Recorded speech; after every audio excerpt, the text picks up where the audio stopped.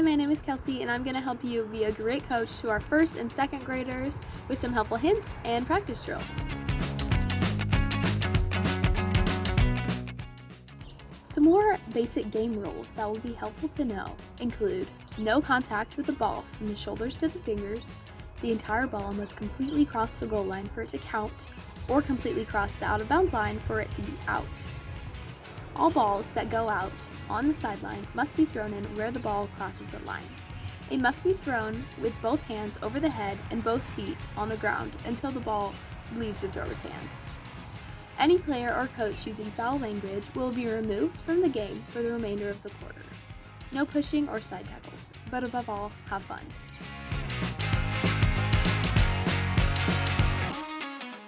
The goalie must wear a shirt that distinguishes them from the other players at all times. The goalie may only hold the ball while in the goalie box. The goalie may only hold the ball for 6 seconds after gaining possession. The goalie may not touch the ball again with his hands after it has been released from his possession and has not touched another player. The goalie may not touch the ball with his hands if it has been deliberately kicked to him by a teammate.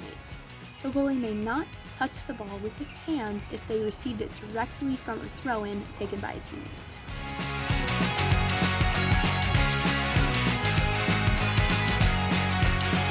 For the first and second graders, I would start with getting touches on the ball to work on their ball control.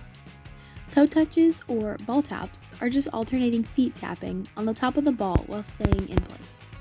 Sticky tape. Without lifting their foot from the ball, as if it's stuck to it, players will roll the ball from the inside to the outside of their foot, all while hopping on the other leg. For most of these drills, their instinct will be to look down on the ball, but challenge them to keep their head up while working on foot skills. For TikToks, players will tap the ball back and forth in between their feet, using the inside of both of their feet. And finally, pullback turns. Have the players dribble back and forth between 2 cones. Once they get to the cone, have them put their foot on top of the ball and pull it back as if they're avoiding an opponent. Then they will turn around and regain control of the ball before performing another pullback turn when they reach the other cone. For each of these skills, have them do like 20 on each foot, and as they get better at them, make them do more. Sharks and minnows is a classic drill that can be used for all ages. Pick just a few players to be the sharks in the middle of the field, and have the rest of the players line up on the end of the field. The goal is for the minnows to dribble through without getting their ball stolen by a shark. If they get caught, then they become a shark. This drill gives the sharks practice with being defensive and attacking the ball, while it gives the minnows practice with dribbling, speed, and fast thinking. They can also focus on being more aggressive and defensive. Keep away, also known as monkey in the middle, is a fun drill for all ages. Have the players circle up and choose one person to be in the middle. The players in the circle will pass the ball around inside the circle, trying to keep it away from the selected player. If the monkey in the middle intercepts their passing, the player who gave the incomplete pass trades places and is now the monkey in the middle. This drill will be good practice for complete passing and quick thinking. You can even encourage the players to call out the name of the person they're passing it to. This will help with communication on the field. Pass and follow. Although a very simple drill, it can be a very helpful one. Split the team into 2 groups and have them stand in lines between 2 cones, about 10 yards apart. Using just one ball, the first person in line will pass to the other side. As soon as he completes the pass, he will follow his pass and join the line across from where he started, and vice versa. Passing and following will continue for as long as desired.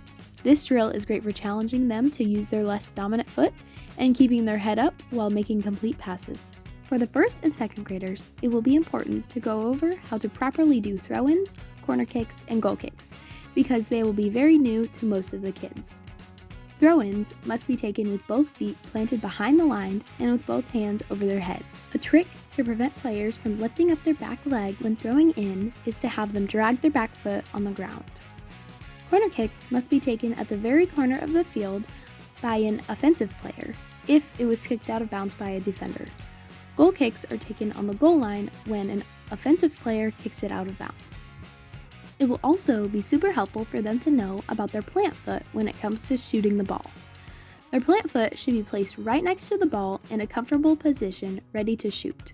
You can then have them practice placing their plant foot in the correct position, then taking a few steps back before charging in and shooting at the ball, aiming to plant their feet in the correct position again. Trapping and receiving the ball is very essential in a game, and is most commonly done with the feet. To receive or trap the ball, you want to absorb the energy of the incoming ball with your foot slightly off the ground by bringing your foot backwards a tiny bit as soon as the ball hits your foot. If you wish to go into more detail, you can also work on thigh traps, chest traps, which would all be great to use in the games as well. Overall, just remember that when learning all these great drills and skills, repetition is key. If you want more information on the rules that the refs will be using during our games, you can click the link in the description down below, and I hope you guys have a great soccer season. Thanks for watching!